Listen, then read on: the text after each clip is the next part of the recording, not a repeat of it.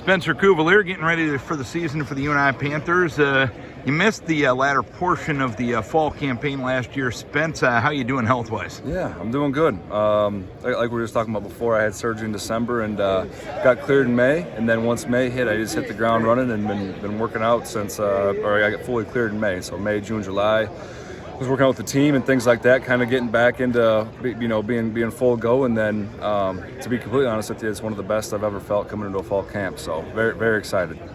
Obviously, your body didn't allow you to play, but we don't focus a lot on the mental end of things when you want to be out there, but your body isn't allowing that. How difficult is that? Yeah, and there's guys going through that process right now, actually, and so. It's stressful, and all you want to do, it's kind of funny because like when you're practicing, it's like, oh, I don't really want to be out here. But then the moment you take one day off, it's like, God, I don't want to watch these guys practice without me. You know what I'm saying? Like it's just you almost take it for granted, how lucky and how important health is, especially being on the football field. And so when you get your season taken away by injury or anything along those lines, it wears on a guy. But I'm just blessed that I'm able to come back and play another season.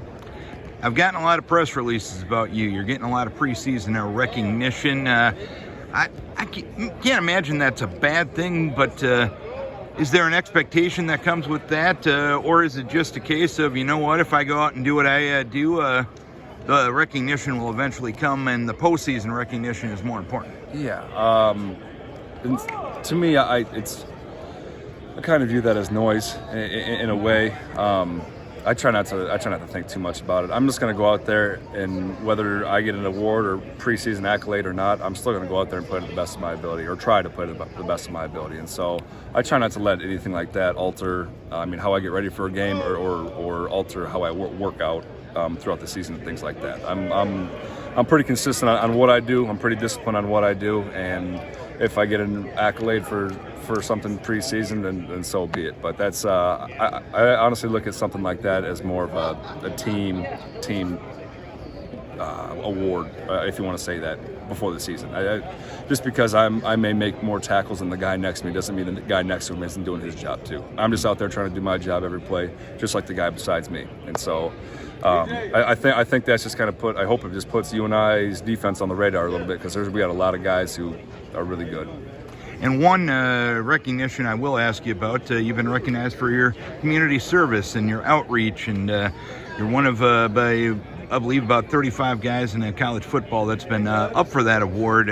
How important is it to reach out to the community? How important is it to sell that whole aspect of being a part of something bigger than yourself and giving back? Yeah, and I've always kind of thought about this, but being a college football player gives me a little bit of a platform to be able to do some things like that, and whether that's for right or wrong, trying to reach out and help as many people as I possibly can, and it helps that they're able to know me because of college football, and so it's pretty cool. It's pretty cool. It's kind of cool to be awarded for something that is kind of behind the scenes, but ultimately, it's.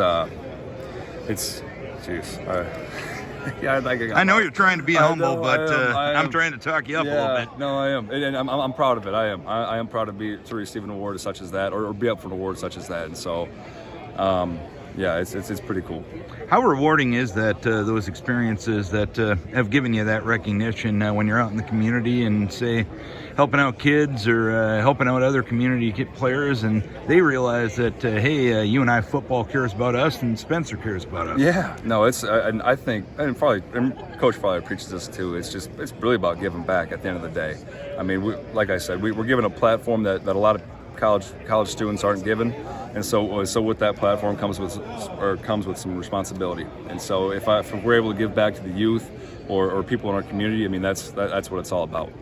You got a lot of new faces, at least coaching wise, on the defensive side of the ball. I know Coach Farley says it's taken a little while to get the coaches up to speed. Probably he's talking to them a little bit more than you guys right now. As a leader of this defense, do you see yourself in a role to make that transition as smooth a one as possibly can take place? Yeah, absolutely. I really trying to help them. It helps that we have a lot of veterans and older guys who know the defense on defense, and so we're able to kind of help through the coaches through some of the nuances throughout our defense and defensive calls, being able to help them and just kind of show them maybe things that I mean, Farley tells them the defense, but he might not go intricate like the things that we know. And so just kind of helping the young guys that way, and helping the coaching staff in any way we can as they continue to help us. And it's kind of a unique situation that Coach Farley just talked about. There's guys in this team that have been here 6-7 years.